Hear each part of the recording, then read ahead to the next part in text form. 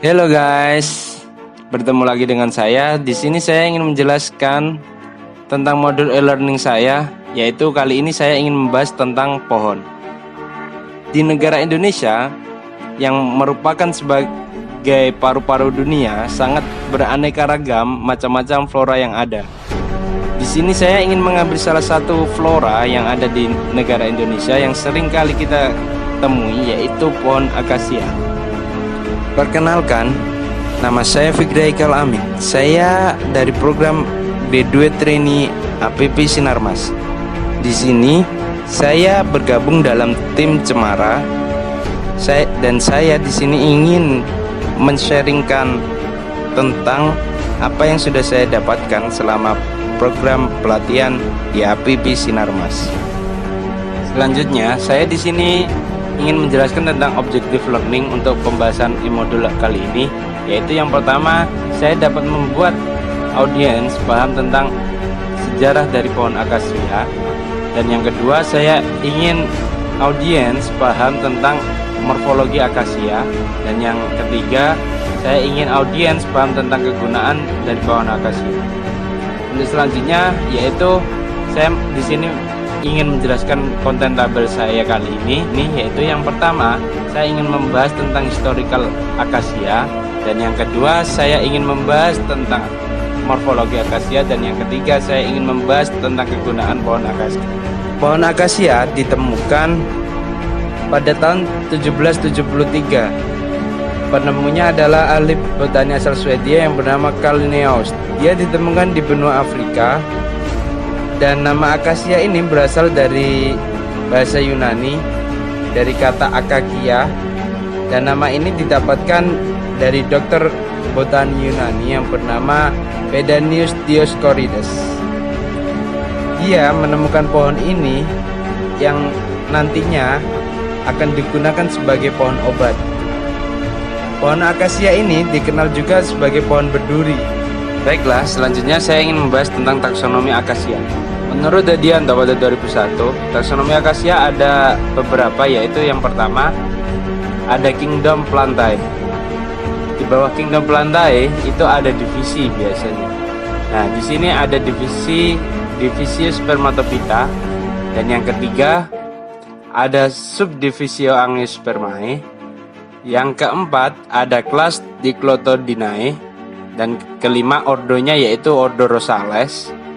Keenam ada familia Fabaceae, dan ketujuh ada subfamilia Mimosaideae, dan kedelapan ada genus Acacia, dan yang kesembilan dibagi lagi menjadi Acacia mangium. Selanjutnya saya ingin menjelaskan tentang Acacia mangium, yaitu taksonomi terakhir dari pohon akasia. Nah, di sini dari penjelasan saya tadi, akasia itu ditemukan pada benua Afrika pada tahun 1773. Di sini saya ingin mengajak para audiens untuk melihat pertumbuhan pohon akasia, terlebih lagi penyebaran di benua Asia, yaitu Asia Tenggara. Pada dasarnya, pohon akasia itu tumbuh di hutan tropis yang lembab. Jadi, setelah dia tumbuh di hutan tropis lembab yang ada di Australia, sekarang kita ingin berjalan-jalan di Malaysia. Pada tahun 1960-an di Malaysia itu ada pohon akasia yang berhasil diperkenalkan, dan selanjutnya pada tahun 1970-an itu dikenalkan di Indonesia melalui program reboisasi. Baiklah, saya masuk penjelasan yang nomor 2, yaitu tentang morfologi akasia. Di sini ada gambar yang menjelaskan bahwasanya ada beberapa bagian yang ada pada struktur pohon. Nah, di sini nantinya di ujung ini akan ada yang namanya yaitu cellulose chain atau rantai selulosa. Nah, jadi pada tumbuhan itu ada yang namanya kandungan selulosa. Nah, disinilah yang nantinya bisa dimanfaatkan, entah itu. Selanjutnya di sini ada gambar lagi, yaitu tentang beberapa bagian yang ada pada pohon. Yang pertama di sini ada primary wall, yaitu pohon atau bagian terluar dari pohon. Terus di sini ada 3 bagian secondary wall. Di sini kandungan gugus OH atau gugus ikatan hidrogen pada sebuah bagian pohon yang nantinya dapat digunakan sebagai bahan dasar pulp itu pada bagian secondary wall. Nah, pada bagian outer secondary wall ini belum ada atau belum banyak kandungan yang ada gugus OH-nya. Sementara itu yang terakhir sendiri yaitu ada bagian lumen. Baiklah, selanjutnya saya ingin membahas tentang klasifikasi kayu. Di sini kayu menurut panjang seratnya itu dibedakan menjadi 2, yaitu yang pertama ada softwood dan yang kedua ada hardwood.